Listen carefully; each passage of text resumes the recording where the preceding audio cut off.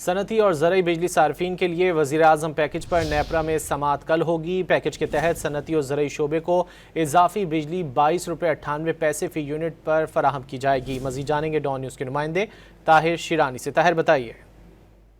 جی، وزیر اعظم شہباز شریف نے گزشتہ مہینے ملک کی صنعت و زراعت کی ترقی کے لیے روشن معیشت بجلی پیکج کا اعلان کیا تھا، جس کے بعد وفاقی حکومت کی جانب سے نیپرا میں درخواست دائر کی گئی، جس پر نیپرا کی جانب سے کل سماعت کی جائے گی اور حکومتی درخواست پر اس کے بعد فیصلہ کیا جائے گا۔ جو وزیر اعظم پیکج ہے وہ اس ماہ نومبر سے شروع ہو کر اکتوبر 2028 یعنی 3 سال کے لیے پیکج ہوگا۔ صنعتی اور زرعی شعبے کو اضافی بجلی 34 اور 38 روپے کی بجائے 22.98 فی یونٹ پر پورے 3 سال کے لیے فراہم کی جائے گی۔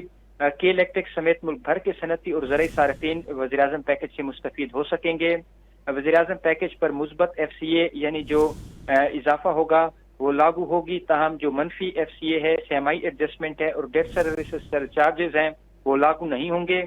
پیکج کا مقصد صنعتی اور زرعی شعبے میں بجلی استعمال میں اضافے کو فروغ دینا ہے۔